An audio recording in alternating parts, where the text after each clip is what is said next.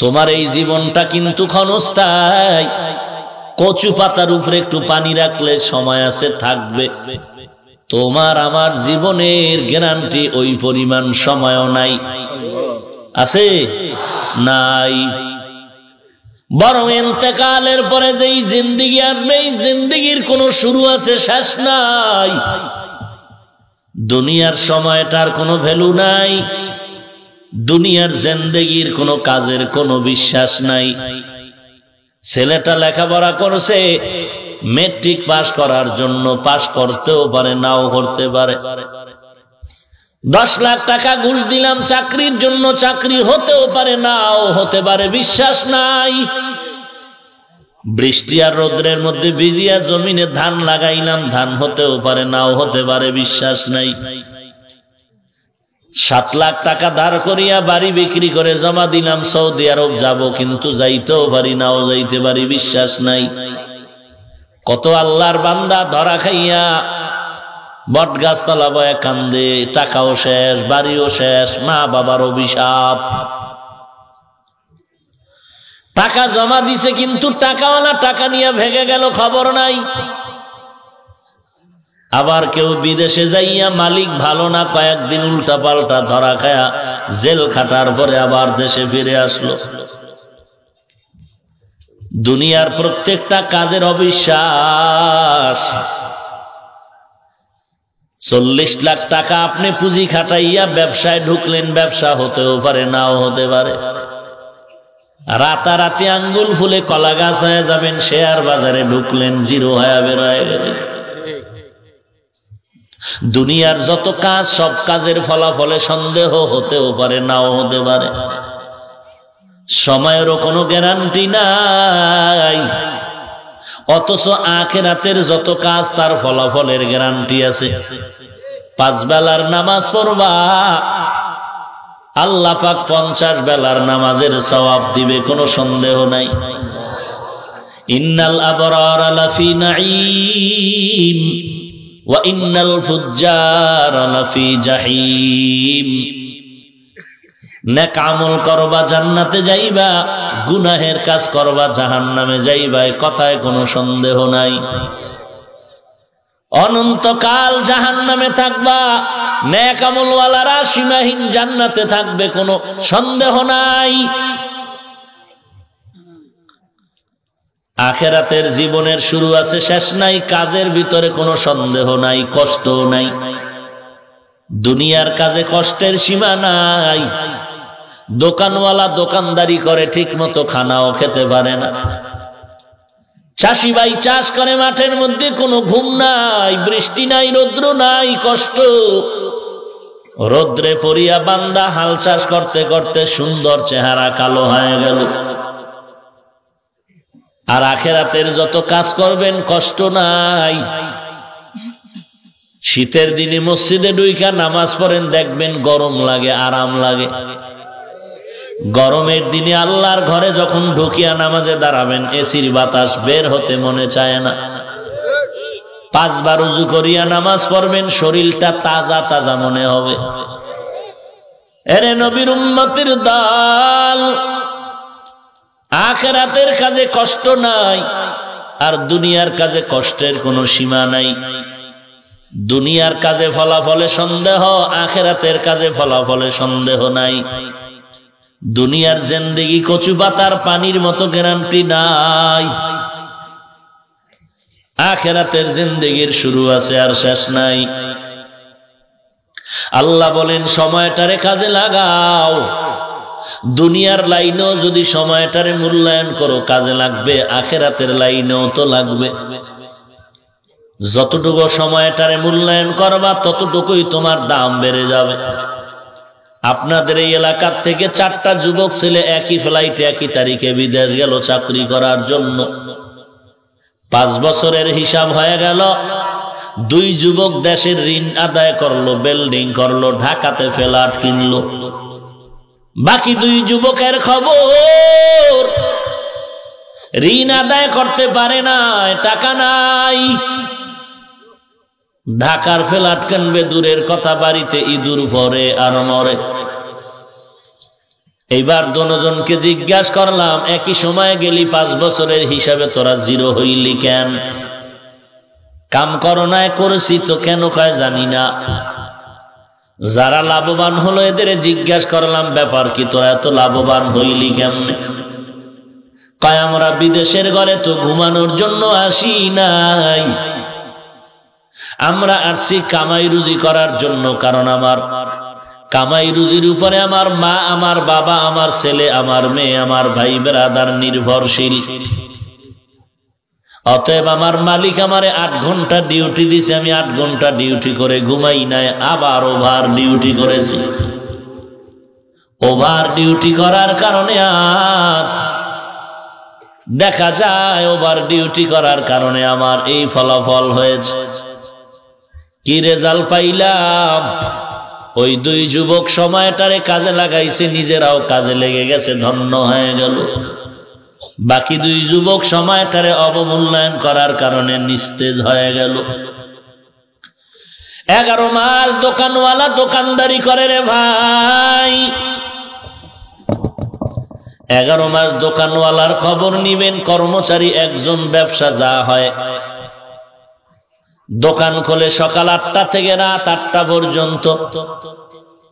এই 11 মাসে যেই লাভবান হয় ব্যবসায়ী দোকানওয়ালা ভাই, খবর নিয়ে দেখবেন রমাজান মাসে 1 মাসে তার থেকে 10 গুণ লাভবান বেশি হয়।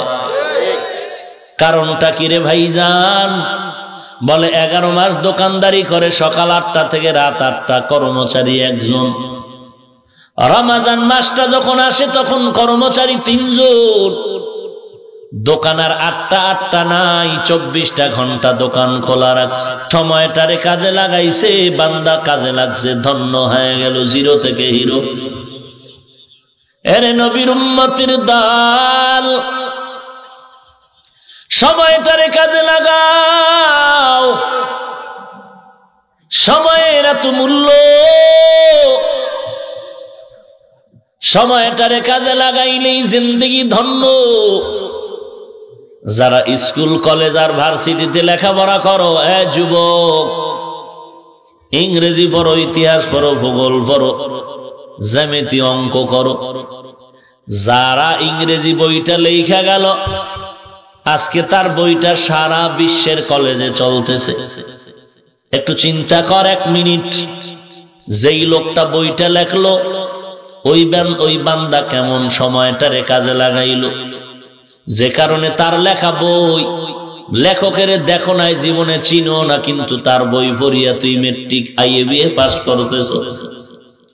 এমন একটা বান্দার কপাল কেমন যে তার লেখা বইটা সারা দুনিয়ায় কবুল করলো ছাত্ররা। তোর মতো মোবাইল চালাইয়া সময় কাটায় নাই, তারা লেখাপড়া করিয়া সময় কাজে লাগাইছে। মরার পরেও তাদের জিন্দেগি স্বর্ণের মতো ইতিহাসের পাতায় লেখা। আর তুই লেখাপড়ার ফাঁক দিয়া লেখা নাই, পড়া নাই, বন্ধু আর বান্ধবীদের পেছনে বাবার পকেটের টাকা চুরি করিয়া নষ্ট করতেছ, মোবাইলের পেছনে টাকা ব্যয় করতেছ রে সন্তান। একদিকে তুই লেখাপড়া চুরি করতেছ, তুই বিদ্যাচর, অপর দিয়ে তুই বাবার পকেটের টাকা চুরি করতেছ, তুই টাকা চোর। তোর মতো বেয়াদব, তুই শেয়ার পাইলে তুই তো জনগণের দা চুরি করো, সারার করবে কি? এই বদমাস, যারা বাবার পকেটে আঙ্গুল দিয়ে টাকা চুরি করো, তোর বাবার ফকির বানানোর জন্য তোর মতো সন্তান যথেষ্ট। তোর মতো বেয়াদবের কারণে কলেজের বদনাম, লেখাপড়ার বদনাম, সব ধ্বংস করলো এই মোবাইল, গজবের মোবাইল। সময়টারে কাজে লাগাও।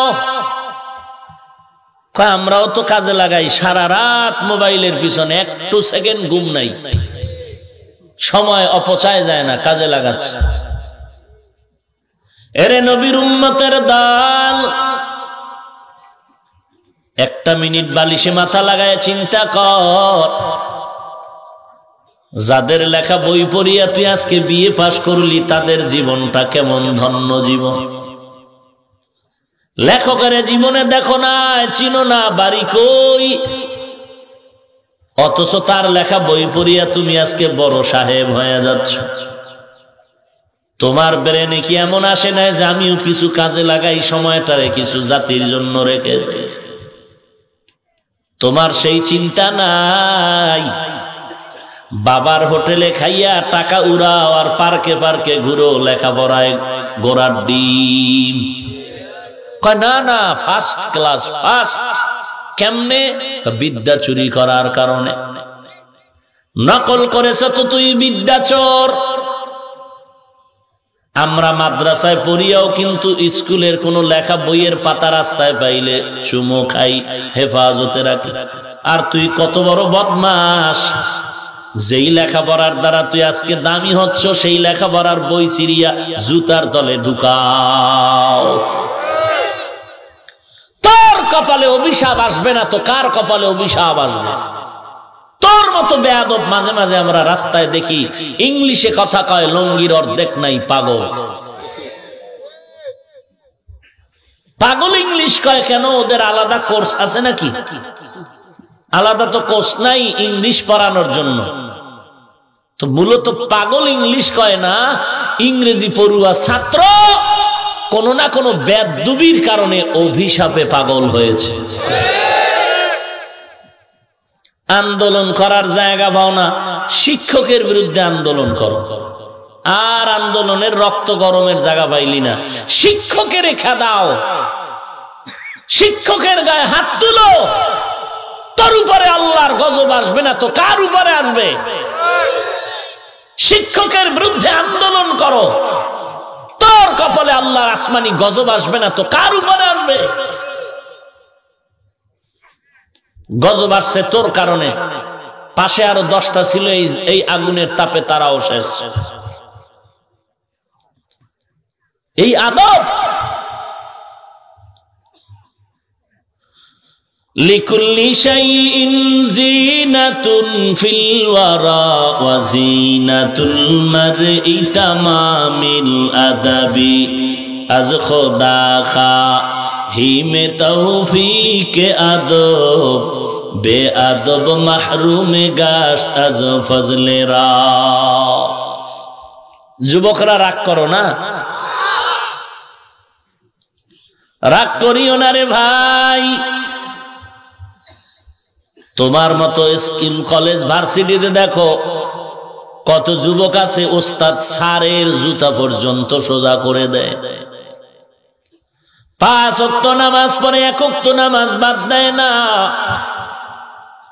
ওই ছেলেটা দেখবি দিন দিন কেমন যেন পরীক্ষায় আগায় যাইতেছে, কারোর সাথে ঝগড়ায়ও নাই, আন্দোলনেও নাই। সব শিক্ষক আর শিক্ষিকারা ওই ছেলেটার জন্য দোয়া করে। এক সময় তাকায় দেখবি তুই ঘুষের টাকা দিয়েও চাকরি পাও না, আর ওই বান্দা টাকা ছাড়া চাকরি দাঁড়ায় যায়। সততা, চরিত্র। ওয়াল আসর, সময়ের শফাত। সময়টারে কাজে লাগাও রে ভাই। দুনিয়ার লাইনে সময়টারে কাজে যারা লাগিয়েছেন, তুই আর একজনের পরীক্ষা দিতে গিয়ে আর একজনের লেখা গাইড পড়ো, অথচ তোমার মতো একজন ছেলেই তো এক সময় লেখা লেখছে, লেখাপড়া করার পরে, মেধা অর্জন করার পরে লেখছে। তুমি যদি একটু চিন্তা করতা, আমার মেধাটাও একটু খাটায় খাটায় সামনে আগাই, আমার জীবনটা লেখাপড়ার, এখন লেখাপড়া করি, যখন ঘোরার সময় হবে তখন আমি ঘুরব। যত বড় বড় দামি মানুষের নাম তোমরা ইতিহাসের পাতায় দেখো, কেউ কিন্তু সময়টারে অবমূল্যায়ন করে নাই। রাতের পর রাত, রাতের পর, আরে আমরা যা দেখছি চোখের সামনে, পরীক্ষায় 1 বছর পর, আর ছাত্রছাত্রী এখন থেকে রাত জেগে লেখাপড়া করে, আর ঘুম নাই। বিদ্যুৎ ছিল না, হারিকেন জ্বালায়া লেখাপড়া করছে, আর এখন বিদ্যুৎ, এসির বাতাস। লেখাপড়ার ঘরে আগুন লাগাই দিছে, নকল ছাড়া পাস করতে পারে না, নকল ছাড়া কলম চলে না, এত বিদ্যাচোর। সময়টারে কাজে লাগাও। আসর মানি সময়, সময়ের শপথ। আখিরাতের লাইনেও যদি সময়টারে কাজে লাগাও তো আখিরাতের লাইনে তোমার জীবন ধন্য হয়ে যাবে। এক ওয়াক্ত নামাজ পড়তে 20 মিনিটের বেশি লাগবে না। 5 বেলার নামাজ পড়তে 5 করে 100 মিনিট, 2.5 ঘন্টা, 3 ঘন্টা ধরে নিলাম। 24টা ঘন্টার থেকে 3 ঘন্টা সময় নামাজে দাও। এই সময় কাজে লাগাইলে পুরা 24টা ঘন্টা নেকের কাজে তোমার লেখা হয়ে যাবে। মদিনার নবী বলেন, এর উম্মতের দল, এশার নামাজ জামাতে পড়িয়া যদি ঘুমাও, আবার ঘুম থেকে উঠে যদি ফজরের নামাজ আদায় করে নাও, সারা রাত ঘুমাইয়া যেই সময়টা কাটাইলি ওই সময়টাও নেকের পাল্লায় ওজন হয়ে যাবে। একটুখানি নেকের তরে রোজ হাসরের মাঠেতে বাবা ঘুরবে ছেলের পিছে, ছেলে বাবার আগেতে। আহাতে মন কঠিন দিনেতে নামাজ তোমায় ভুলবে না, ঠিক মতো পড়িলে নামাজ জান্নাত তোমার ঠিকানা। ঘুমের চেয়ে নামাজ ভালো আর তুমি ঘুমাইও না, ঠিক মতো পড়িলে নামাজ জান্নাত তোমার ঠিকানা। নামাজ লাগবে নি? সপ্তাহে কয়দিন? হ্যাঁ, নামাজ লাগবে নি? সপ্তাহে কয়বার পড়বেন নামাজ? শুধু শুক্র আলী শুক্রবার আর সব গোষ্ঠীমার। হ্যাঁ, যারা শুধু জুমা পড়ে আর এক ওয়াক্তও পড়ে না, এরা টাটকা বেনামাজি। আবার আসতে বলেন কেন? এদের নামাজি বললে কবিরা গুনাহ হবে। এরা টাটকা ধোঁকাবাজ। কারে ধোঁকা দেয়? কারে ধোঁকা দেয়? ভাইরা আমার, সময়টারে কাজে লাগাও। আল্লাহর মোহাব্বত নিয়ে চলো। আখিরাতের লাইনে সময়টা কাজে লাগাও। একবার আরবি একটা অক্ষর উচ্চারণ করবা, সাথে সাথে 10টা নেক আমলনামায় যোগ হয়ে যাবে। নবীর নামে একবার দরুদ শরীফ পড়বা, সাথে সাথে 10টা গুনাহ মাফ, 10টা নেক যোগ, 10 গুণ মর্যাদা বেড়ে যাবে। আখিরাতের লাইনে সময়টারে কাজে লাগাইছেন ও মাদ্রাসার ছাত্র ভাইয়েরা। আখিরাতের লাইনে যারা সময় কাটাইলেন তাদের লেখা কিতাব পড়ে পড়ে আজ তুমি মাওলানা হওয়ার রাস্তায় দৌড়াচ্ছ। ইমামে আজম আবু হানিফা রাহমাতুল্লাহ আলাইহি 40 বছর এশার নামাজের ওযু দিয়া ফজরের নামাজ পড়েছেন। কেমন তার জিন্দেগি রে ভাই, কেমন জ্ঞান আল্লাহ তাকে দান করেছিলেন। সারা রাত যদি আবু হানিফার ঘটনা বলি শেষ করা যাবে না। এমন একজন ধৈর্য ধারণকারী বান্দা, শীতের রাত্রে হযরত ঘুমাইতেছেন, এমন সময় নিচে আইয়া একজনে দরজা নক করে। ইমামে আজম দরজা খুলিয়া শীতের মধ্যে ঘুম থেকে বিছনা ছাইরা আসছে। আসার পরে কয়, ভাইজান আপনি কেন আসছেন? শীতের রাত, গভীর রাত, আরামের ঘুম, বিছানার মধ্যে যদি কেউ ডাক দেয় কেমন লাগে মেজাজ? ওই লোকটা কয়, হুজুর মাফ করবেন, যা একটা প্রশ্ন করতে আসছিলাম করেন। ভুলে গেছি। কজান আবার আইয়া কি ফিডাটা না দিতাম আমার যদি এরকম কেউ করে। ওই লোকটা আবার গেছে গিয়া কিছুক্ষণ অপেক্ষা করে আবার দরজা নক করতেছে। ইমামে আজম আবার সজাগ হয়ে গেলেন। শীতের মধ্যে দরজার কিনারায় এসে ডাক দিয়ে বললেন, হযরত একটু প্রশ্ন করার জন্য আসছি। বলে করেন। বলে হযরত মাফ করবেন, মনে নাই। আবার গেছি। লাকাদ জানাল বিলাদা ওয়া মান আলাইহা ইমামুল মুসলিমিনা আবু হানিফা বুদ ইমামে বাসফা আসরাজে উম্মতানে মুস্তফা। কাবার আইয়ের লোক গেছি। আবার দীর্ঘ টাইম অপেক্ষা করার পরে ইমাম আজম আবার যখন বিশ্রামে গেলেন, আবার দরজায় নক করছে। ইমাম আজম আবার উঠে আসছেন। হযরত একটা প্রশ্ন বলেন। কিছুক্ষণ চুপ থাকিয়া কা, হযরত বেয়াদবি মাফ করবেন, মনে নাই। এইভাবে কয়েকবার করার পর ইমামে আজমকে এইবার বলে, ভাইজান আপনার এরকম কেন করতেছেন? বলে হযরত আমার একটা পরীক্ষা ছিল, আমি এক জায়গায় ঝগড়া লাগাইছি আপনারে নিয়ে। আমি বলছি আপনার ধৈর্য নাই, আপনার এক পক্ষের লোক বলছে আপনার মতো ধৈর্য ধারণকারী কেউ নাই। আজকে আমি জায়গায় দেখলাম আপনার মতো ধৈর্য ধারণকারী কেউ নাই। একটা রাগ করলেন না? হ্যাঁ, তো প্রশ্নটা কি? প্রশ্ন নাই, তারপরে একটা করি। মানুষের পায়খানা লবণ না মিষ্টি? এই একটা প্রশ্ন। কি একটা প্রশ্ন হইল? ভাইরা আমার, দেখেন কি বিচক্ষণ ইমামে আজম আবু হানিফা। কয় মানুষের পায়খানা মিষ্টি? কয় খাইয়া দেখছে নাকি? বুঝলো কেমনে? এক বছর তুলা চুরি করছে, তুলা বিচার কাছে ইমাম আবু হানিফার কাছে। আবু হানিফা কার সন্দেহ হয় কারে কারে, এগো ডাকো। সব ডাকছে। ইমামে আজম আইসাই বলে, তুলা চুরি করলি আবার মাথার চুলে লাগায় রাখলি?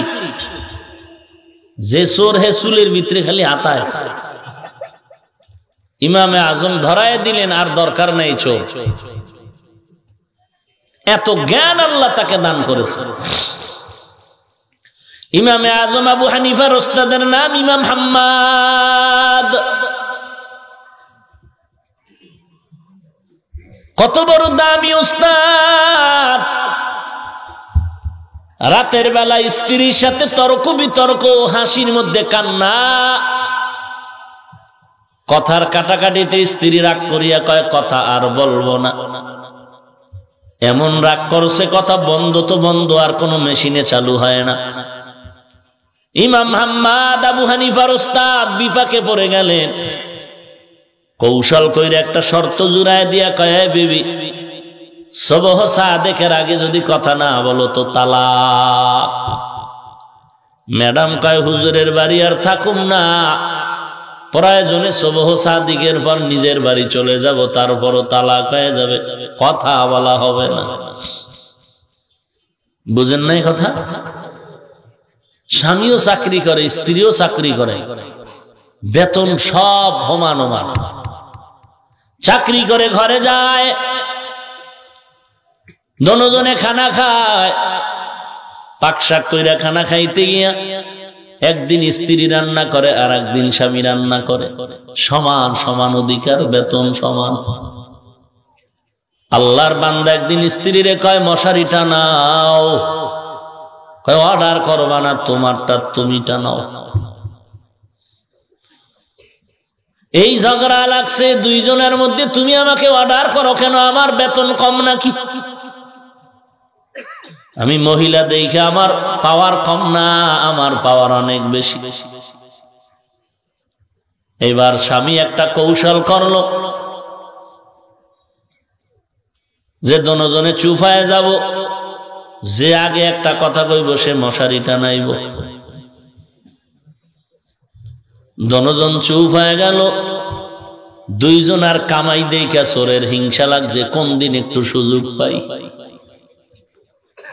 আজকে যখন শুনছে দনজন কথা বলবে না, এই সুযোগে চুরি করা আজকে সহজ হয়ে যাবে। চোর এইবার দরজা আগে একটু টোকা দিত, আজকে লাথির উপরে লাথি। স্বামীও তাকায় দেখে, কথা কয় না, কইলেই মশারি টানার লাগে। স্ত্রীও তাকায় দেখে, কথা কয় না, কইলেই মশারি টানাই। চোরারা এবার ঢুকছে, দনজন চুপচাপ তাকায়, শুধু তামাশা চায়। চোরেরা গাট্টি গুট্টি সব ভাঙতে আছে। আলমারি খুলে চাবি ভাঙ্গে। স্বামীও কথা কয় না, মশারি টানাবার ডরে স্ত্রীও কয় না।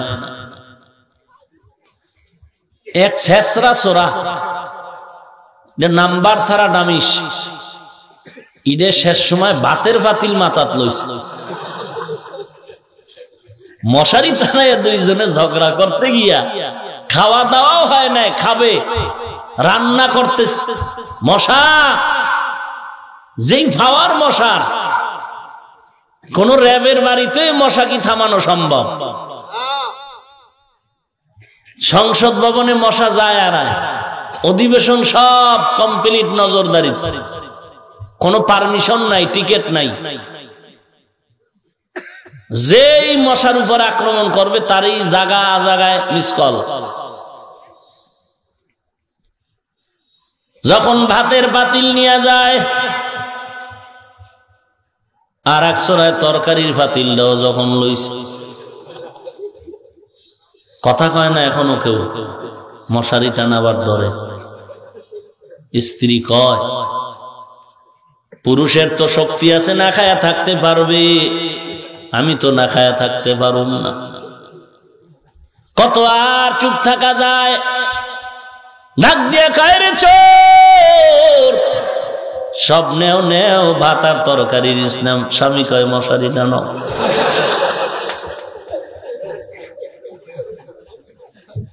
এরে নবীর উম্মতের দল, এইবার তো ঠেকায় পড়িয়া স্ত্রী কথা বলছে, কিন্তু ইমাম হাম্মাদের স্ত্রী কথা বলে। সুবহ সাদিকের আগে কথা না বললে তালাক। স্ত্রী নিয়ত করছে কথা বলবো না, তালাক হয়ে গেলে বাড়ি চলে যাও। ইমাম হাম্মাদ চিন্তায় পড়ে গেলেন, সমাধান কই পাই। মনে মনে খুঁজলেন, আমার ছাত্র ইমাম আবু হানিফার মেধা বেশি, ওর কাছে যাই। রাতের গভীরে ইমামে আজম আবু হানিফার দরবারে উস্তাদ হাজির। গভীর রাতে গিয়া বলেন, শালা আমার ছাত্র সন্তান, আসসালামু আলাইকুম ইয়া আহলাল বাইত, লাব্বাইক। কে আপনি? বলে, আমি তোমার উস্তাদ ইমাম হাম্মাদ। এত রাত্রে আপনি আসলেন কেন? বলে, ভেজালে না পড়লে কি এত রাত্রে আসছি নাকি রে বাবা? স্ত্রীর সাথে ঝগড়া লাগছে, কথায় কথায় তর্ক হয়ে গেল। এক পর্যায়ে স্ত্রী কথা বলে না, আমি শর্ত লাগায় দিলাম, সুবহ সাদিকের আগে কথা না বললে তালাক। এমন রাগী হইছে, তালাক হয়তো নিয়ে বাড়ি যাবে, তারপরও কথা বলবে না। ইমামে আজম বলে, হযরত, আপনি আমার ওস্তাদ যদি একটু নেক দোয়া করেন, ইনশাআল্লাহ আমি পারবো সমাধান দিতে। কয়, কি সমাধান? বলে, এখন বাড়ি যান, আপনার স্ত্রী কথা না বলিয়া ঘুমায়, সুবহ সাদিক হলে চলে যাবে। এতক্ষণ টেনশন আপনার স্ত্রী কেন কথা কয় না, এখন আপনি গিয়া ল্যাপটা নিয়ে আরামে ঘুমাইবেন, একটা কথা আপনিও বলবেন না। স্ত্রী যদি ঠ্যাং ধরে টাইনে নামায়, তারপর মুখ খুলবেন না, কথা বলবেন না। কেন উল্টা ঔষধ দিতেছ? হ্যাঁ, উল্টাই তো, আগাইতে থাকেন, দেখা যাও। এবার ইমাম হাম্মাদ চলে গেলেন।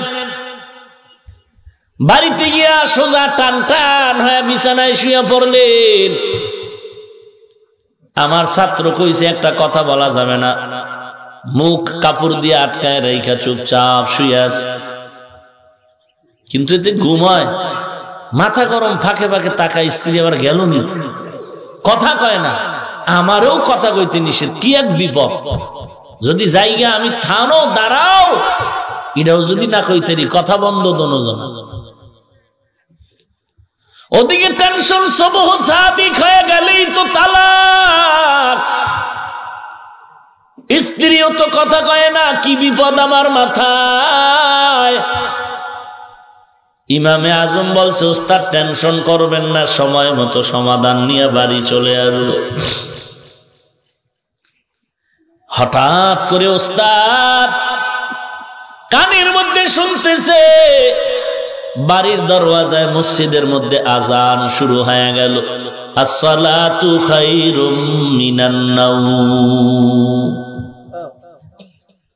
ম্যাডাম কয়, ওই হুজুর, তোমার তে বিদায় নিলাম, খাইও আর একজনের মজা করে। আমি গেলাম, আর তোমার ঘরে থাকলাম না, বিদায়। দরজা খুইলা যখন গাট্টি নিয়ে বের হয়, দেখে দরজার সামনে ইমামে আজম আবু হানিফা দাঁড়িয়ে আছে। আম্মা জান, কই যান? তোমার হুজুরে যেই ফ্যাস লাগাইছে জানো, কথা বন্ধ সবহ সাদিক পর্যন্ত। তো আপনি কি কথা বলছেন নি? কয় বিদায়ের কথা বললাম। বলে দাঁড়ান, তালাক হয় নাই। কয় কেন? সবহ সাদিক পর্যন্ত তো টাইম দিয়েছে, সবহ সাদিক পর্যন্ত টাইম হয়ে গেল। বলে আম্মা জান, সময়ের দিকে তাকাইছেন নি? কয়টা বাজলো? কয় কেন? আজান হয়ে গেছে। বলে এটা সবহ সাদিকের আজান না, আমি আবু হানিফা তালাক ঠেকাবার জন্য সবহ সাদিকের আগে আজান দিয়েছি। লাকাদ জানাল বিলাদা ওয়া মান আলাইহা ইমামুল মুসলিমিনা আবু হানিফা। আবু হানিফা বুদ ইমামে বাসফা, আসিরাজে উম্মতানে মুস্তফা। এমন ব্যক্তি আবু হানিফাকে যদি কেউ বলে মুশরিক, নিঃসন্দেহে তারা ভণ্ড। এদেরকে যারা ভণ্ড বলবে না, তারাও ভণ্ড। আবু হানিফার ঘটনা সারা রাত বললে শেষ করা যাবে না। কেমন একজন ইমাম, আমাদের ইমাম, সময়টারে কাজে লাগিয়েছেন ইমামে আজম,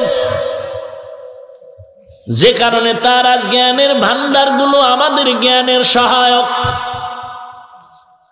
নামাজ পড়ি, রোজা রাখি, পর্দা করি, হালাল খাই, সব আমরা ইমাম আবু হানিফার সময় কাজে লাগানোর মাসআলার সমাধান।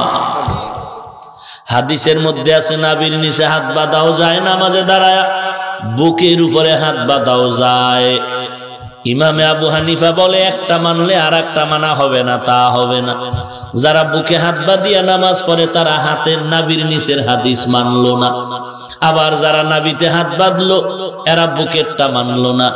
ইমাম আবু হানিফার মাযহাব মানলে দোনোটা মানা হয়। ইমাম আবু হানিফা সমাধান দিলেন, পুরুষেরা তোমরা বুকের নাভির নিচে হাত বাঁধো, আম্মা জানেরা বুকের উপরে হাত বাঁধবে।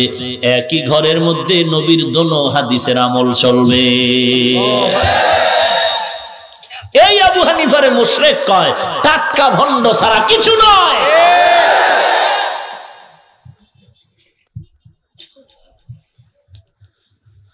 ওয়াল আসর, সময়ের শপথ।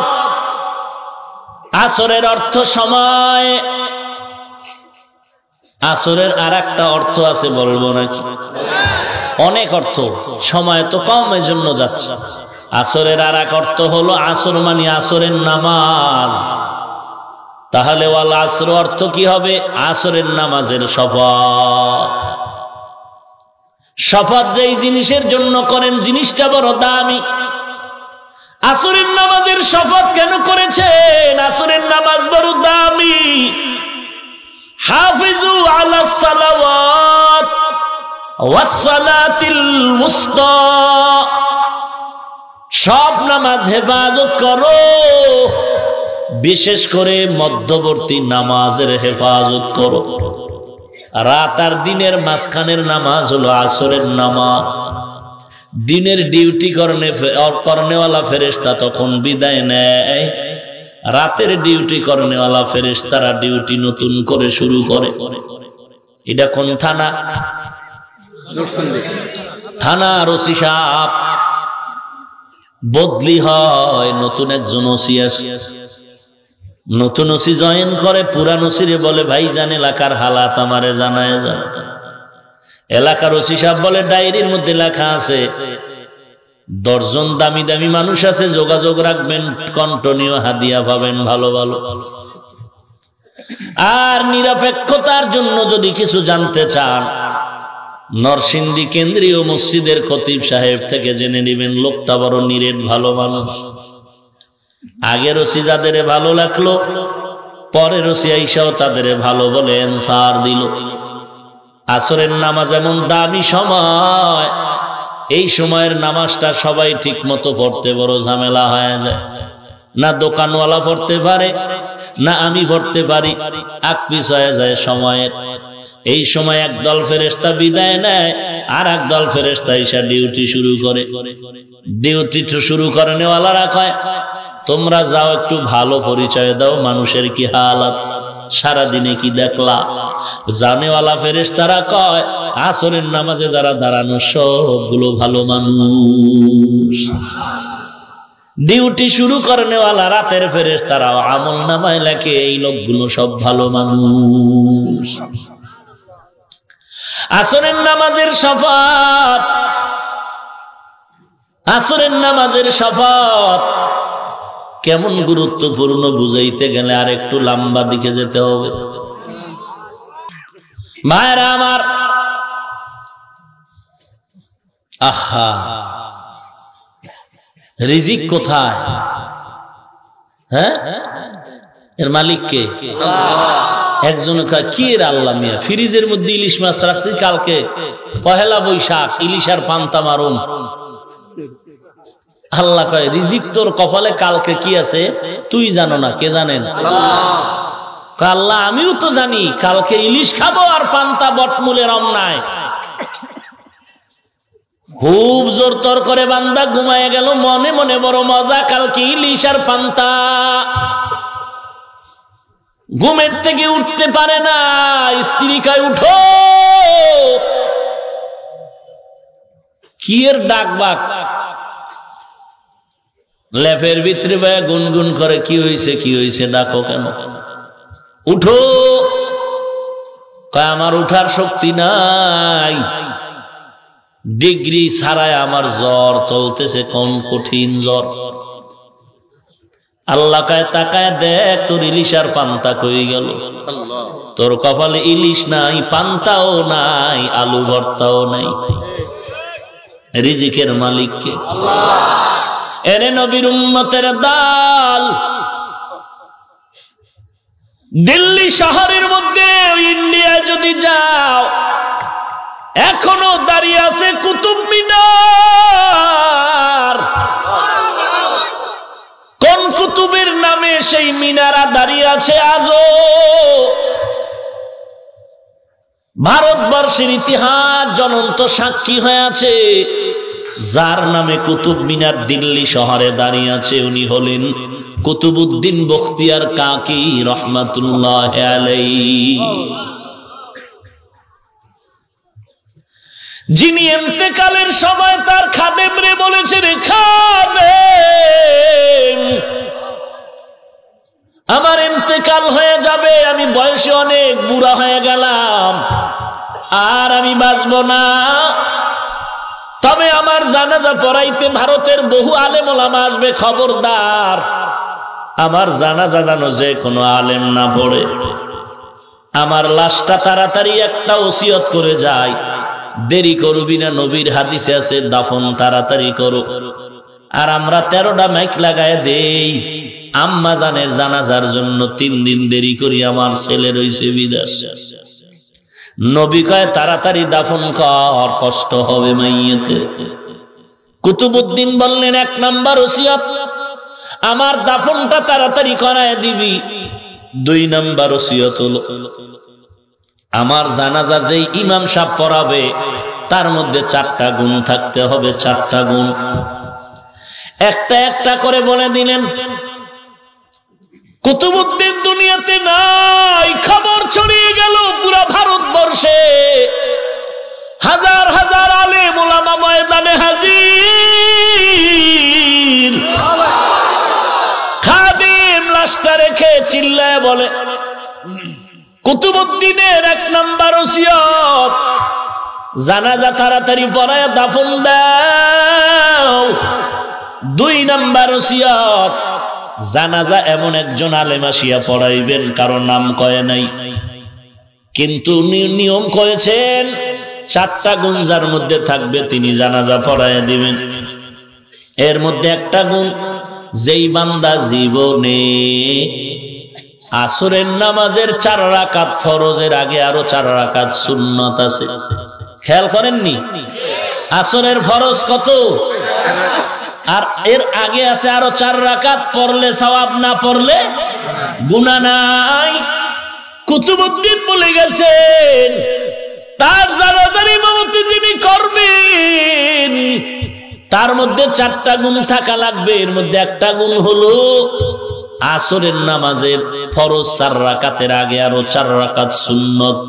জীবনে যার ছুটে নাই এমন ব্যক্তি হবে কুতুবউদ্দিনের ইমাম। এবার বুঝেন, আসরের 4 রাকাত ফরজ না, এর আগে আরো 4 রাকাত সুন্নত, জীবনে ছুটে নাই। এ পিসাবরে পাওয়া যাইব? আদ্রসি গেলে ভাইবেন, মাইজবান্ডারে ভাইবেন। হায় হায় হায়, পিরানে পীর দস্তগীর কুতুবে সোবহানি, মাহবুবে রব্বানি সারা শরীর মোবারকে চুলকানি। হায় হায় হায়। খাদেম 4টা গুণের কথা বলে বলে দেরি না করে তাড়াতাড়ি আসেন, জানাজা পড়ায় দেন, দেরি করা যাবে না। ময়দানটা কেমন যেন থমকে দাঁড়িয়ে গেল। বড় বড় ভারতবর্ষের আলেমেরাও চিন্তায় পড়ে গেছে। আরে 4 গুণের গোষ্ঠী কিলাই, আসরের এই সুন্নতি তো আমার পড়া হয় নাই জীবনভর, মাঝে মাঝে পড়ছি, ডেইলি জীবনেও। খাদেম আবার চিল্লায় আসেন। এইভাবে কয়েকবার চিৎকার দেওয়ার পরে হঠাৎ করে দেখে ময়দানের পিছন থেকে একজনের চিল্লাইয়া কয়, রে ভাই কি সর্বনাশ করলি রে কুতুবউদ্দিন, জায়গা করে দে, কুতুবউদ্দিনের কাছে যাওয়ার জায়গা করে দাও। ময়দানের সকলের চোখ ওদিকে চলে গেল। এক বান্দা দৌড়াচ্ছে দৌড়াচ্ছে আর চিল্লাচ্ছে, চিল্লায় চিল্লায় কুতুবউদ্দিনের সামনে আসিয়া কয়, কুতুবউদ্দিন বিদায় হইয়া গেলি, আমারে সর্বনাশ কইরা গেলি রে কুতুবউদ্দিন। আমার এই 4টা গুণ আছিল আমার মাওলা ছাড়া কেউ জানে না রে কুতুবউদ্দিন। আমার মাও জানে না, আমার স্ত্রীও জানে না, আমার কোন সন্তানেরাও জানে না। আমার এই 4টা গুণের সম্পর্ক আমার মাওলা পাকের সাথে গভীর। ওরে কুতুবউদ্দিন, এই গোপন খবর তুই কেন আমার ফাঁস কইরা গেলি রে? এখন কেউ প্রশ্ন করবা কুতুবউদ্দিন কেমনে জানলো? ও আল্লাহর বান্দা, এটা বুঝানোর কোনো ক্ষমতা নাই। আল্লাহ যদি কবুল করে ঘুমের ঘরে আল্লাহ জানায়া দেয়। জানাজা পড়ায় দিলেন, কমপ্লিট হয়ে গেল। কোন সেই ব্যক্তি? মহাধন্য ব্যক্তি ভারতের। ও ক্ষমতাওয়ালারা, ইতিহাস পড়ো। ইতিহাস পড়লে দেখবা ওই বান্দা কোনো খানকার পীর না, ওই বান্দা কোনো দরবারের কুতুবে আলম না, ওই বান্দা ভারতবর্ষের মুসলিম শাসকদের মধ্যে একজন শাসক, শামসুদ্দিন আলতামাস রহমাতুল্লাহ আলাইহি। ইংরেজি ইতিহাসে লেখা আছে শামসুদ্দিন ইলতুতমিশ, তিনি একজন ভারতের রাষ্ট্রনায়ক, রাষ্ট্র পরিচালনা করেছেন। আসরে সুন্নাত ছুটে নাই জীবনে, রাষ্ট্র পরিচালনা করেছেন, কোনদিন বেগানার দিকে নজর দেয় নাই। আজকে গুরু ঠাকুরের ফতুয়ায় চলো, আর মদিনার ফতুয়া মজা লাগে না। অন্ধ সাহাবী ঘরে আসতেছে, নবীর বিবিরা তাকায় দেখতেছে, নবী বলে তাকাইও না। বিবিরা বলতেছে সে তো অন্ধ। নবী বলেন তোমরা কি অন্ধ? বলে না না, বলে তাকাইও না, গুনাহ। আর তুমি আজকে গুরুর কথায় চলো, কারো ফতুয়া কানে দাও না। আবু বকর আম্মা জান আয়েশার পার্শ্বে বসে কথা বলতেছেন, নবী আসিয়া দেখিয়া বলে খবরদার। কয় আমার আব্বা জান। বলে তারপরও তৃতীয় ধোঁকাবাজ আছে কে? শয়তান। কেমনে বাঙালিরে বুঝাইতাম গজবের ফেসবুক থেকে এই আঙ্গুল কাটা যাবে জাহান্নামের কেচির মাধ্যমে। যার তার ব্যাপারে কলম ধরো, আলেম ওলামাদের বিরুদ্ধে কলম চালাও ফেসবুকে, আল্লাহর গজবকে ভয় করো, না হয় অভিশাপে পড়তেই হবে। আল্লাহর কোরআন এবং রসুলের হাদিস মিথ্যা হতে পারে না। আর এমন জায়েজের মাসআলাও বলা যাবে না যেই জায়েজের মাসআলা বলিয়া পালন করতে গেলে গুনাহের মধ্যে ঢুকে যাওয়ার সম্ভাবনা থাকে। এমন জায়েজের মাসআলাও উম্মতের সামনে বলা উচিত নয়। আমরা কওমিওয়ালারা, আমরা দেওবন্দি তাবলিগ চরমনাই আহলে হক, আমরা দুনিয়ার খবর জানি না। আমরা চার দেওয়ালের মধ্যে থাকি। ভিন্ন যারা তারা সবাই দুনিয়ার খবর জানে। আমরা জান্নাতি খবর নিয়েই আছি, আমাকে দুনিয়ার কোনো হিসাব নাই। আমরা বলে এই জন্য ফতুয়া দেই ঘরের মধ্যের গুলো, বাহিরের খবর জানি না। এটা কথা? এটা একজন আলেমের মুখে শোভা পায় সমস্ত কথা।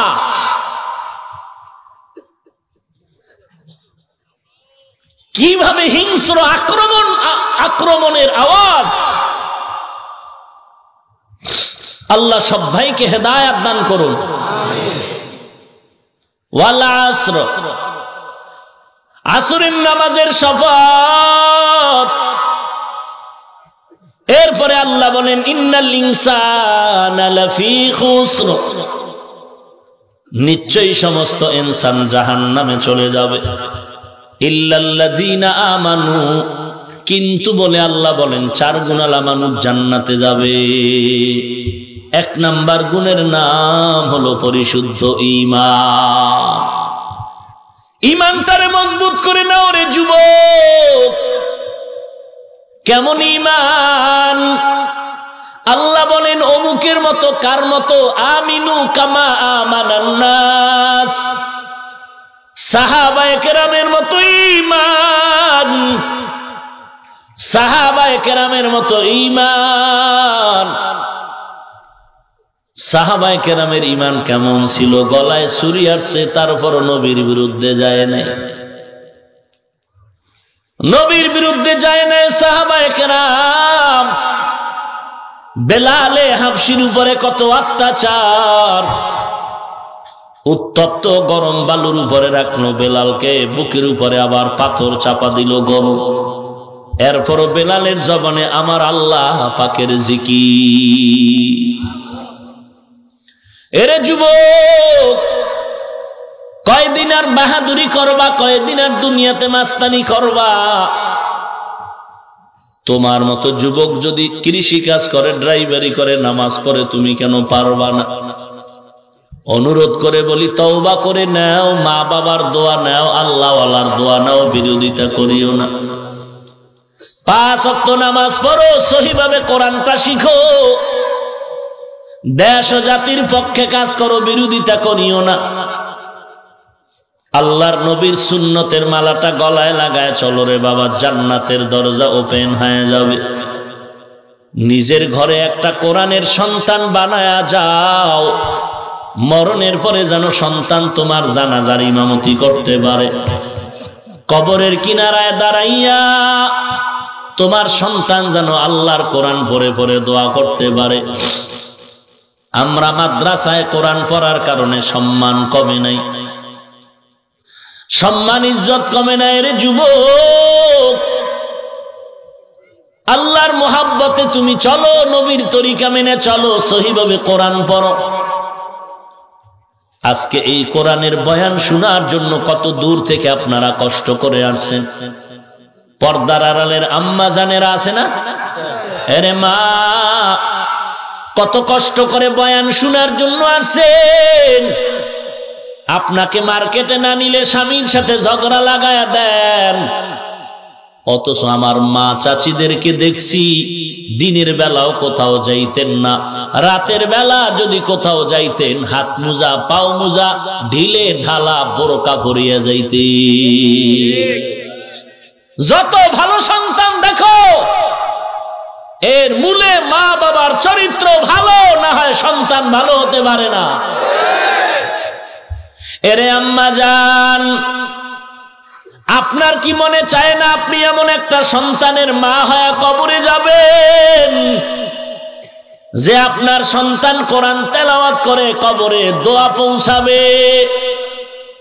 আপনার সন্তানের পেছনে মানুষ দোয়ার জন্য লাইনে দাঁড়ায় যাবে, আপনার সন্তানের পেছনে মানুষ দাঁড়ায়া দাঁড়ায়া হাজার মানুষ নামাজ আদায় করবে। ও যুবক, আল্লাহর মোহাব্বত নিয়ে বললাম তওবা করে নাও, নামাজ আর ছাড়িও না রে ভাই। গুনাহ নিয়ে কবরে যাইও না, তওবা করো। কারণ এক জাররা পরিমাণ গুনাহ নিয়ে যদি কবরে যাও, দুই পার্শ্বের মাটি সহ্য করতে পারবি না, ওই মাটির চাপ। জাহান্নামের আগুনের তাপ সহ্য করতে পারবি না রে যুবক। কত কবরে আগুন দেখা যায়, সাপ দেখা যায়, আবার কত কবরের লাশ 20 বছর পরে তাজা পাওয়া যায়। যত কবরের লাশ তাজা পাওয়া গেল সব নামাজিদের কবর, আর যত কবরে আযাব দেখা গেল সব বেনামাজির কবর। আল্লাহর কাছে তওবা করো, নিজের গুনাহের কথা স্মরণ করে তওবা করো। আল্লাহ, আমার গুনার খবর আমার মা জানে না, স্ত্রী জানে না, সন্তানেরা জানে না, জানলে আমাকে আর সম্মান দিত না। ও আল্লাহ, তুমি জানার পরেও রাগ করে পানি বন্ধ করো নাই। ও আল্লাহ, আমি আপনার কাছে আজকে তওবা করতেছি, আর গুনাহ করব না, আর নামাজ ছাড়ব না, মা বাবার বিরুদ্ধে চলব না, আর কোনদিন আলেম ওলামাদের বিরোধিতা করব না। ও আল্লাহ, মেহেরবানি করে আমাকে মাফ করে দাও। তুমি তৌফিক না দিলে তওবার উপরে চলতে পারবো না। গলায় ছুরি আসবে, মরে যাব, তারপরও গুনাহের কাছেও যাব না। তওবা করার যদি খাঁটি নিয়ত হয়, মুনাফিকি যদি না থাকে, খাঁটি তওবার নিয়তে দুটো হাত আল্লাহকে দেখায় দাও। ওয়াল আসর, আসরের শপথ। ইন্নাল ইনসানা লাফি খুসর, নিশ্চিত সমস্ত ইনসান ক্ষতিগ্রস্ত, জাহান্নামী। ইল্লাল্লাযীনা আমানু, কিন্তু যাহারা ঈমান আনয়ন করবেন, ওয়া আমিলুস সালিহাত, এবং নেক আমল করবেন, ওয়া তাওয়াসাউ বিল হক, সৎ পথে যারা মানুষকে আহ্বান করবেন, ওয়া তাওয়াসাউ বিস সাবর, এবং অন্যায়ের পথে বাধা প্রদানে সবর ইখতিয়ার করবেন।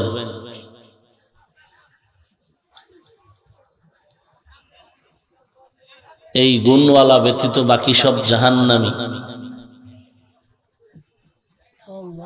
রাহমাতুল লিল আলামিন তার হাদিসের মধ্যে ইরশাদ করেন, কুল্লু উম্মতি ইয়াদখুলুনাল জান্নাতা ইল্লা মান আবা, প্রত্যেক উম্মত জান্নাতে যাবে যারা আমি রসুলকে মানে না এরা ব্যতীত। কিলা ওয়া মান আবা, সাহাবায়ে কেরাম জিজ্ঞেস করলেন কারা আপনাকে অস্বীকার করে হে রসুল? ক্বালা, নবীজি বললেন মান আতাআনি দাখালাল জান্নাহ, যারা আমি রসুলের ইতাআত করে, ইত্তেবা করে, অনুসরণ অনুকরণ করে তারা জান্নাতে যাবে। ওয়া মান আসানি ফাকাদ আবা, যারা আমার অনুসরণের বিপরীত অপরাধ করে তারা আমি নবীকে অস্বীকার করার কারণে জাহান্নামে যাবে। এ হলো আয়াত হাদিসের সংক্ষিপ্ত তর্জমা। যে সূরাটা আমি পড়লাম, কোরআন শরীফ পড়তে না জানলেও অনেকেই এই সূরাটা মুখস্থ পারেন, শুনতে শুনতে মুখস্থ হয়ে গেছে। ওয়াল আসরে সূরা, খুব ছোট একটি সূরা, কিন্তু এই ছোট সূরার মধ্যে কি মহত্ব ঢুকানো আছে। চার মাযহাবের চার ইমামের একজন ইমাম শাফিঈ রাহমাতুল্লাহ আলাইহি বলেন, কোরআন শরীফের মধ্যে আল্লাহ পাক অনেকগুলো সূরা অবতীর্ণ না করেও যদি শুধুমাত্র আল আসরে সূরাটা অবতীর্ণ করতেন আর সমস্ত মানুষ যদি এই সূরাটার উপরে আমল করত, বিনা হিসাবে জান্নাতে যাইত। এত পাওয়ারফুল একটি সূরা। সূরাটার মধ্যে প্রথমে আল্লাহ শপথ করেছেন,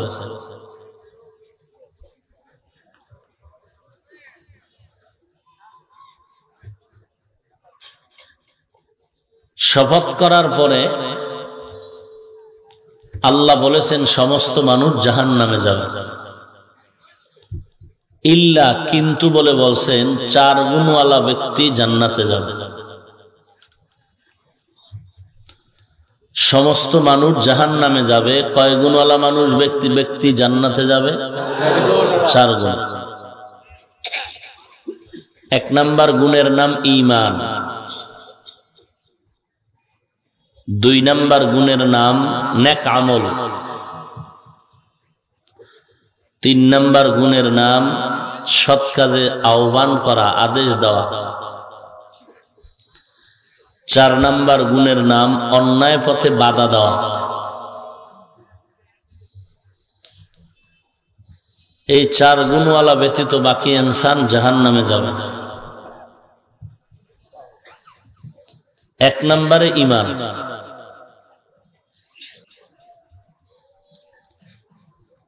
এখান থেকে আমরা এই কথা জানলাম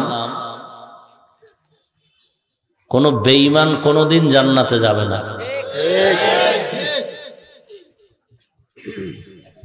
হিন্দু, বৌদ্ধ, ইহুদি, খ্রিস্টান, অর্থাৎ যাদের ঈমান নাই এরা কখনো জান্নাতে যেতে পারবে না। কেউ যদি বলে আমার দরবারে আসো, যে কোনো ধর্মে থাকো,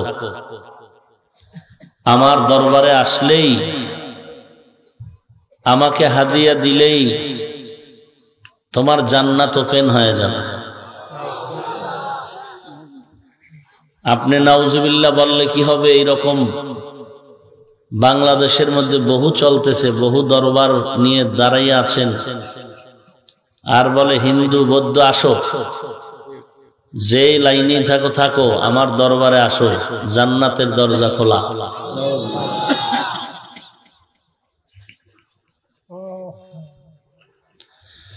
আল আসর সূরাটা কেমন পাওয়ারফুল একটু দেখেন। এ কথা স্পষ্ট জানায় দিলেন যে ঈমান ছাড়া কেউ জান্নাত পাবে না। কিন্তু একটি হাদিসের মধ্যে আছে প্রত্যেকটা মানুষের নামে জান্নাতে একটা ঘর আছে। হিন্দু, বৌদ্ধ, ইহুদি, খ্রিস্টান, ফেরাউন, সাদ্দাত, কারুন, সব মানুষের নামে জান্নাতে ঘর আছে। তাহলে কোরআনের আয়াত দ্বারা বুঝলাম ঈমান ছাড়া কেউ জান্নাত পাবে না। তাহলে যত বেঈমানের নামে জান্নাতে বাড়ি আছে, এদের জান্নাত কি হবে? আল্লাহ বলেন আমার কিছু ডিউটি দেওয়া আছে বান্দাদেরকে, মূল ডিউটি, আর কিছু আছে ওভার ডিউটি। যারা মূল ডিউটি করলো এরা তো মূল জান্নাত পেয়ে গেল, আর ওভার যারা করবে আমি আল্লাহ তাদেরকে বেঈমানের বানানো জান্নাত বোনাস দিয়ে দেব। একটা জান্নাত যে ছোট পাবে 10 দুনিয়ার সমান, আপনারা জানেন। ছোট জান্নাত যে পাবে 10 দুনিয়ার বরাবর। আপনি এখন চিন্তা করেন যে আমার 1 দুনিয়ার অর্ধেক হইলেই তো চলে, তাও না, মোটামুটি মাঠের মতো একটা জান্নাতে জায়গা পাইলেও হবে। কিন্তু ওই সময় বুঝবেন যে কি পরিমাণ জায়গা তখন দরকার। যারা বেশি ভাবে তাদের তা দেখে আফসোস করবে। পারস্যের কবি, কবিকুল সম্রাট আল্লামা শায়েখ সাদি রহমাতুল্লাহ আলাইহি লিখেছেন, মানুষের পেটের ক্ষুধা নিবারণ হলেও চোখের ক্ষুধা নিবারণ হয় না। যার ঘর নাই সে বলে একটা খেরের ঘর হইলে না কি শান্তি হতো। খেরের ঘরে আল্লাহ ঢুকাইছে, টিনের ঘর পাইলে না আরো মজা হইতো। টিনের ঘরে বই আবার আফসুস করে বিল্ডিং কেন হলো না, বিল্ডিং এ বই আফসুস করে 10 তলা কেন হলো না, 10 তলায় বসে আফসুস করে 24 তলা হলো না কেন, 24 তলাওয়ালা আফসুস করে বিল্ডিং এরকম আরো 3টা ঢাকায় নাই কেন, ঢাকার 3 বিল্ডিং ওয়ালা আফসুস করে ইন্ডিয়াতে নাই কেন, লেবাননে নাই কেন, কানাডায় নাই কেন, সিঙ্গাপুরে নাই কেন। লাগে না, এরপরও কয় লাগে। টাকা আছে কিনতেই আছে, টাকা আছে কিনতেই আছে, জমিন কিনতেছে, অথচ নিজের কবরের জন্য লাগবে মাত্র 3.5 হাত, কিন্তু সে কিনতেছে পুরা এলাকা। ওই সময় বোঝা যাবে কি পরিমাণ প্রয়োজন জায়গা। তাহলে এ কথা আমরা ফাইনাল হয়ে গেলাম, ঈমান ছাড়া কেউ জান্নাত পাবে না। অতএব এই জমিনে ইসলামের ব্যানার লাগায় কোন দরবারীরা যদি বলে আমার দরবারে আসলে জান্নাত পাবা, যেই ধর্মে থাকো, ওই দরবারের পীর হবে পরে, মুসলমান কিনা তদন্ত করা দরকার।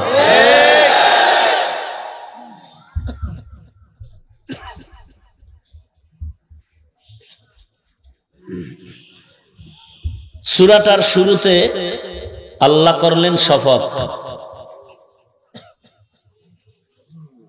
আপনাদের থেকে আমি জানতে চাই আল্লাহ পাকের কথা কি পরিমাণ মিথ্যা। আওয়াজে বোঝা যায় কিছু সন্দেহ আছে। কি বললেন, আবার বলেন, কত পার্সেন্ট সত্য? আপনি তো 100 বললেন, আমি বলি পৃথিবীতে যত পার্সেন্ট হতে পারে তার থেকেও বেশি সত্য। মিথ্যার জন্য বহু বেঈমান অপচেষ্টা করেছিল, পারলো একটা ভুল বের করতে? ওলামায়ে কেরাম এখনো চ্যালেঞ্জ দিয়ে রাখছেন, একটা ভুল বের করে দাও কোরআন থেকে, এখন দাড়ি কেটে শার্ট প্যান্ট টাই লাগায়া দুনিয়ার সব আকামে নেমে যাবে, শুধু কোরআন থেকে একটা ভুল বের করে দাও। পৃথিবীতে কোনো বেঈমান পারেও না, পারবে না, ভবিষ্যতেও পারবে না। অতএব কোরআন সত্য, সত্য কিনা? কোরআনের মধ্যে জান্নাত জাহান্নামের বয়ান আছে না নাই? এটা মিথ্যা না সত্য? মানুষের জীবনে যত সমস্যা হতে পারে সব বিষয়ের সমাধান কোরআনে নাই, আছে?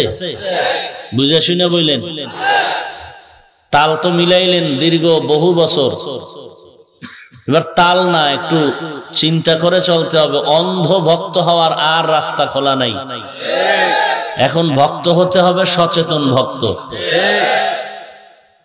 আর আমি সেদিন এক মাহফিলে বলেছি, এদেশের কওমি দেওবন্দি তাবলিগ চরমনাই আহলে হকেরাই সচেতন ভক্ত,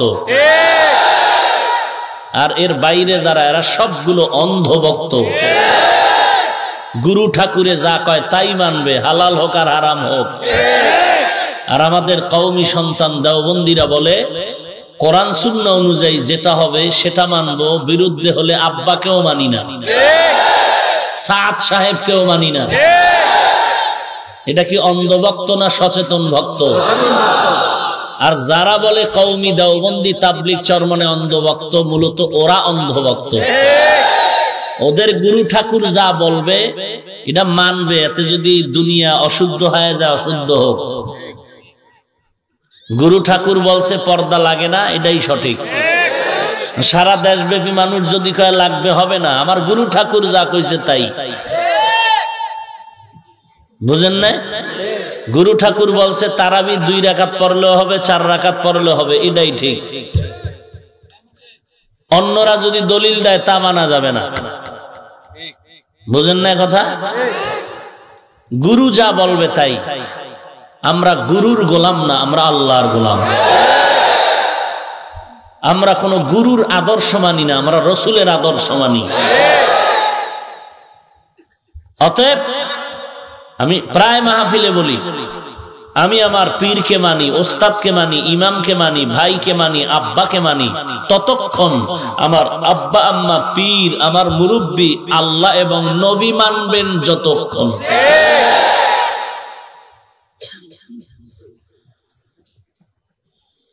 অন্ধভক্তের গোষ্ঠী হাটহাজারীর হুজুর, চরমনার হুজুর হাফিজুর রহমান হেলিকপ্টারে উঠলে নাম দেয় হেলিকপ্টার হুজুর। হেলিকপ্টার হুজুর। তাদের গুরুরা যখন উঠে তখন বলে আকাশচুম্বী জনপ্রিয়তা, তখন আর হেলিকপ্টার হুজুর বলে না। অন্ধভক্ত আর আমরা সচেতন ভক্ত। আমরা বলেছি আমি হাফিজুর রহমানের 14 গোষ্ঠীর বেচলেও হেলিকপ্টারের ভাড়া হবে না, 13 বার বেচলেও হবে না। তো আল্লাহ এত সম্মান দিলেন কেন? হাফিজের সম্মান নয়, আল্লাহর কোরআনের সম্মান। আজও তো জহুর পরে বয়ান করে আসলাম কুমিল্লা, এরপরে ঢাকাতে আসছি, এরপরে এখানে আসছি। সম্মান দেয়ার মালিককে আল্লাহ সম্মান দিবেন ততক্ষণ, বান্দা আল্লাহর গোলামি করবে যতক্ষণ। আমরা গোলাম কার? না কোনো গুরু ঠাকুরের? আল্লাহ হেদায়াত দান করুন।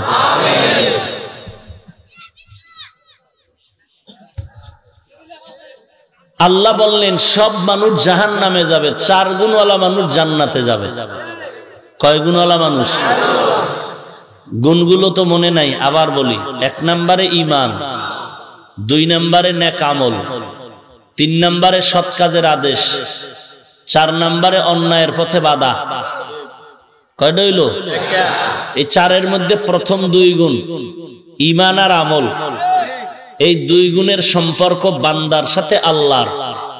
খুব খেয়াল করবেন, প্রথম 2 গুণ ঈমান আর আমল, এই 2 গুণের সম্পর্ক বান্দার সাথে কার? আল্লাহ। বাকি রইল কয় গুণ? 2 গুণ।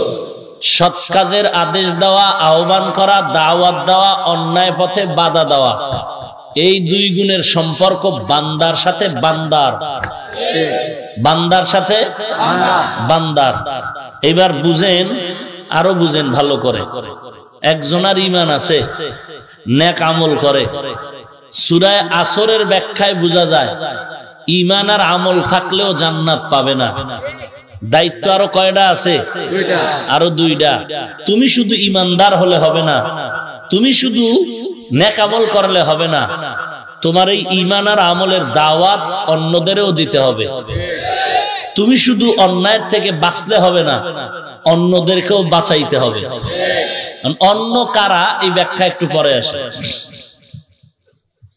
আমরা কিন্তু এখন অন্যও চিনি না, অন্যকেও চিনতে ভুল করতেছি। জাতি বাইরে অন্য বানায় ফেলাইছে, আর বেঈমানেরা আপন বানায় ফেলাইছে। আল্লাহ পাকের কথা বলেন আবার কি পরিমাণ সত্য, আসতে বলেন কেন? আচ্ছা, আল্লাহ পাক শপথ করলে সত্য, না করলে সত্য না? হ্যাঁ, আল্লাহর কথা সারা দুনিয়ার মানুষ যদি মানে, আল্লাহর কি পরিমাণ লাভ হবে? আল্লাহর কোরআন যদি সারা দুনিয়াবাসী মানে, আল্লাহর কত পার্সেন্ট লাভ হবে? হবে নাই। সারা দুনিয়ার মানুষ যদি আল্লাহর কথা না মানে, আল্লাহর কি পরিমাণ ক্ষতি হবে? ক্ষতিও হবে না। সবাই একমত? তাহলে আল্লাহর কথা মানলেও আল্লাহর লাভ নাই, না মানলেও আল্লাহর ক্ষতি নাই, তো শপথ করবেন কেন?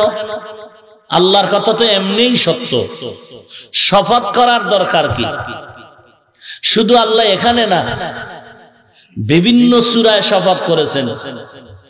ওয়াত্তিন ওয়াজ্জাইতুন ওয়া তুরি সিনিন ওয়া হাযাল বালাদিন আমিন ওয়াদ-দুহা ওয়াল-লাইলি ইযা সাজা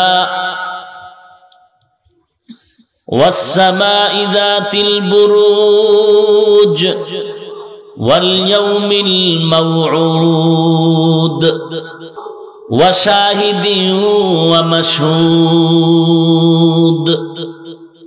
والسماء والطارق। আল্লাহ পাক বারবার সূরার শুরুতে কসম করেছেন, লা উকসিমু বিয়াউমিল কিয়ামাহ ওয়ালা উকসিমু বিন-নাফসিল লাওয়ামাহ ওয়াশ-শামসি ওয়া-দুহাহা ওয়াল-কমারি ইযা তালাহা ওয়ান-নাহারি ইযা জাল্লাহা। এক জায়গায় না, বারবার বহু জায়গায় আল্লাহ শপথ করেছেন। আল্লাহর কথা শপথ করলেও সত্য, না করলেও সত্য। তুমি মানলেও কিছু আসবে যাবে না, না মানলেও কিছু আসবে যাবে না, তো শপথ করলেন কেন? হ্যাঁ, আমরাও দুনিয়াতে অনেক সময় শপথ করি একে অন্যের কথা বলতে গিয়ে। ভাই,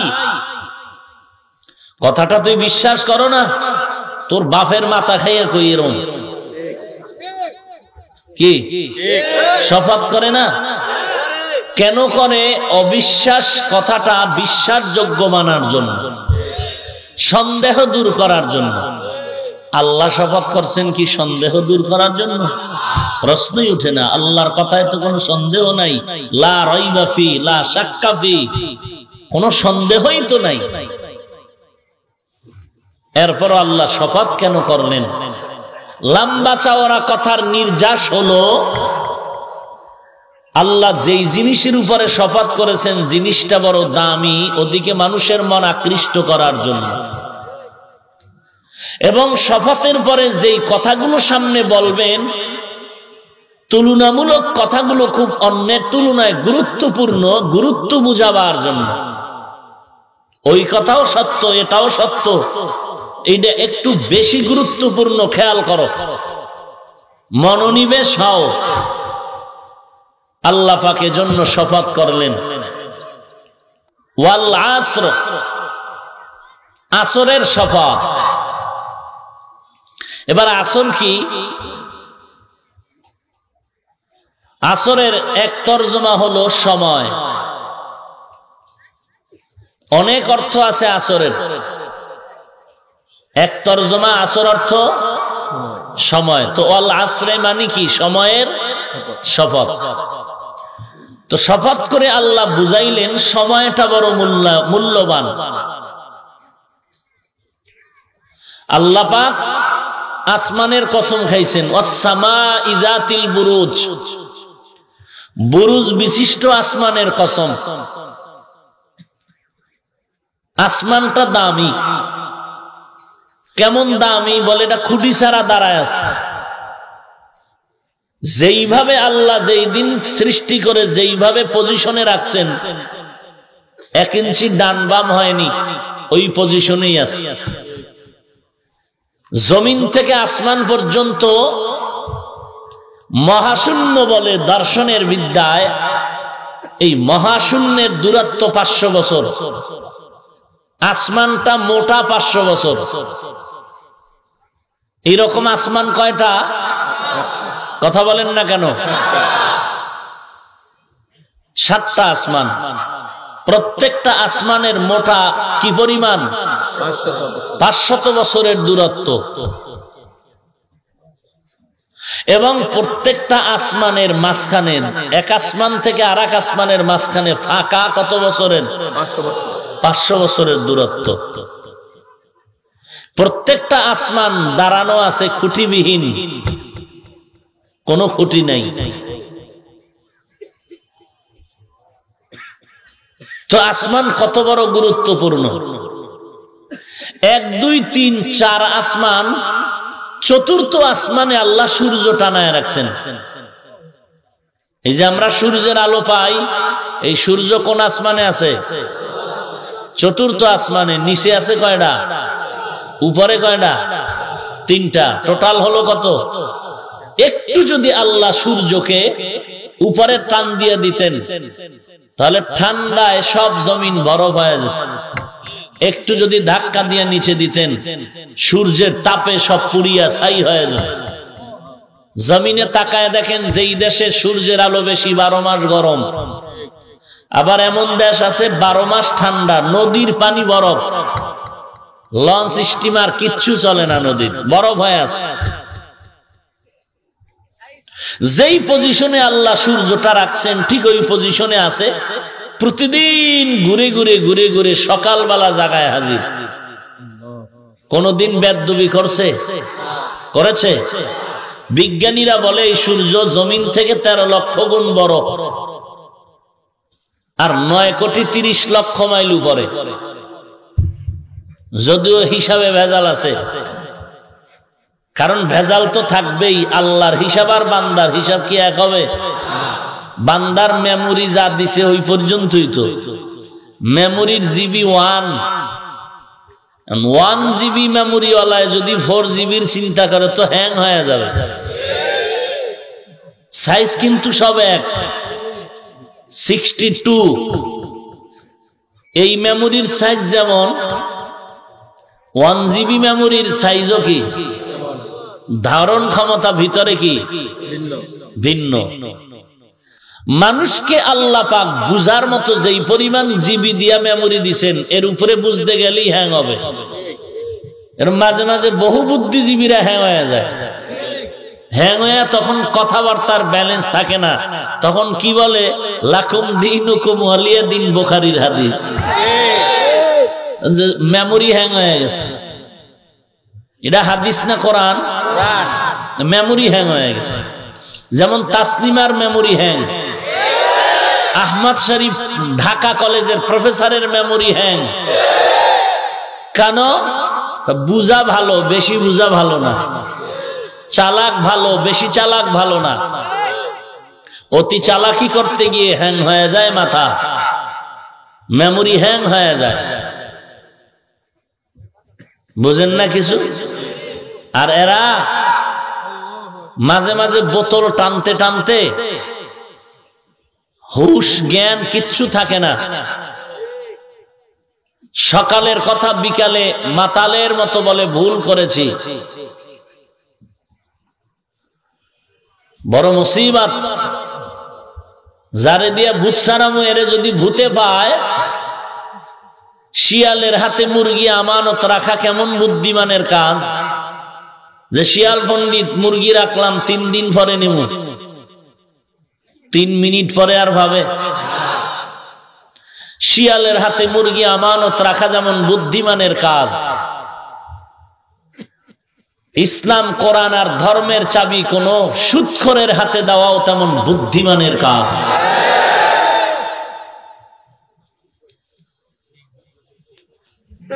মানুষের জিন্দেগির যত সমস্যা হতে পারে, সব সমাধান কোরআনে আছে না নাই? সবাই একমত? আমি বলছি কিন্তু শুরুতে তাল মিলাইবেন না। আল্লাহ সবার মেধা তো সমান দেয় নাই, তো তাল মিলান কেন? তো চিন্তা করে বলেন। সব সমাধান কি কোরআনে আছে? ইসলামে আছে। শুধু রাষ্ট্রের ব্যাপারে সমাধান ইসলামে নাই, কোরআনে নাই।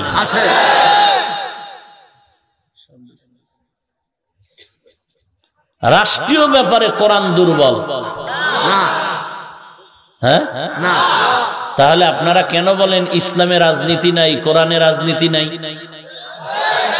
একথা কেন বলেন? একথা বলেই তো আপনি প্রমাণ করলেন কোরআন সব দিক থেকে কমপ্লিট। রাষ্ট্রনীতির ব্যাপারে, রাজনীতির ব্যাপারে কোরআন আনকমপ্লিট, কোরআন দুর্বল। যদি বলেন না, তাহলে আজকে থেকে তওবা করবেন, জীবনে বলবেন না ইসলামে আর কোরআনে রাজনীতি নাই, বলবেন না।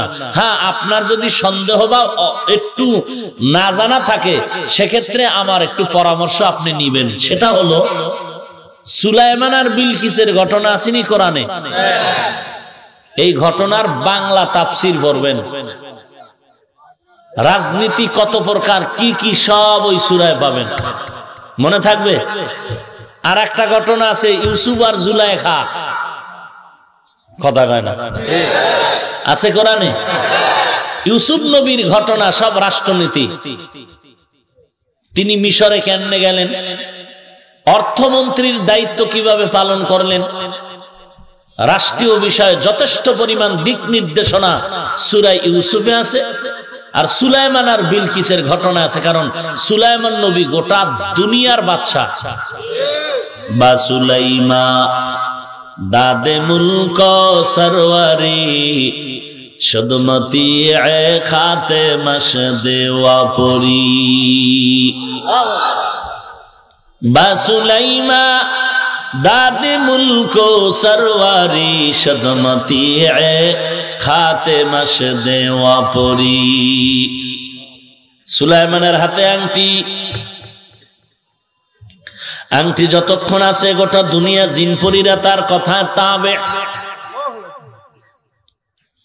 আংটিটা খুলে একদিন বিবির হাতে দিয়া গেলেন গোসল করার জন্য। মিস্টার ইবলিস বড় হুজুর, ছোট হুজুর না বড় হুজুর? মিয়া এত বড় আলেম আপনি জানেন, বিশাল বড় আল্লামা। আল্লামা লেখলেই পাগল হয়ে যায়। আমগো দেশের বহু আল্লামারা কয় শবে বরাত পালন করা দুর্গা পূজা পালনের সমান। কি আমার মতো মোল্লা না আল্লামা? আল্লামা। আর এক আল্লামা কয়, লগে ডক্টরও আছে, ডক্টর আল্লামা বলেন কালেমায়ে তৈয়বা কুফরি কালেমা। আর এক ডক্টর আল্লামা কয় ইমাম আবু হানিফা মুশরিক। আর এক ডক্টর আল্লামা বলে ওমর বেদাতি। ওমর সাহাবী না, সে বলে বেদাতি। এইসব আল্লামারা কেন এগুলো বলে? আনা খায়রুম মিনহুর স্লোগানে পেয়েছে। আনা খায়রুম মিনহু, আমি তার থেকে ভালো, আমার থেকে কেউ ভালো নাই। এই স্লোগান নিছক ইবলিসি স্লোগান। ফেরেশতাদের ওস্তাদ ইবলিস। এর ছোট হুজুর কইলে হয় নাকি? বড় হুজুর।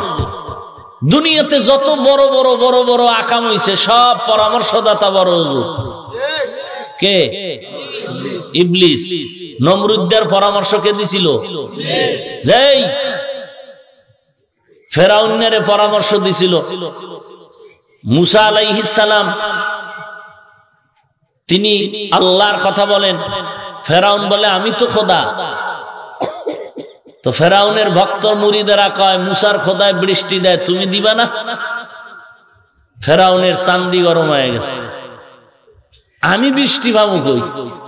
বড় হুজুর কয় তুমি ঘোষণা দাও কালকে 10টায় বৃষ্টি হবে। ফেরাউন কয় কইলাম, কিন্তু না হইলে তো আমার উপায় নাই, কানা ব্যবস্থা আমি করব।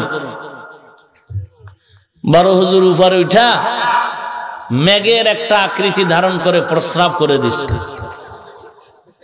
ফসল পুরিয়া সব ছাই হয়ে গেছে। কিও একজনে জিব্বায় লাগায় কয় কিও দিন লবণ লবণ লাগে কেন? মুসা নবীর খোদার বৃষ্টি তো বৃষ্টি, ফেরাউন এটার কি উত্তর দিবে? মাথা আরো গরম। ইবলিস যে নতুন ক্ষমতায় বইছি তো, আস্তে আস্তে ঠিক হয়ে যাবে।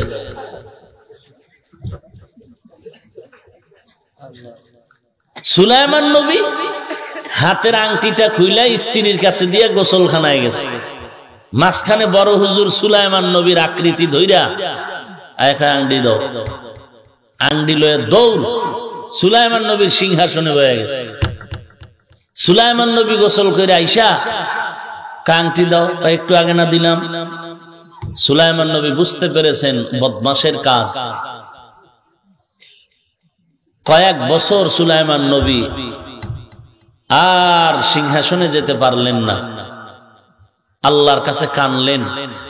যেদিন আল্লাহ আবার নতুন কইরা সুলাইমান নবীর কাছে সিংহাসন আর ক্ষমতা ফিরায় দিলেন, ওই দিন ছিল মুহররম মাস।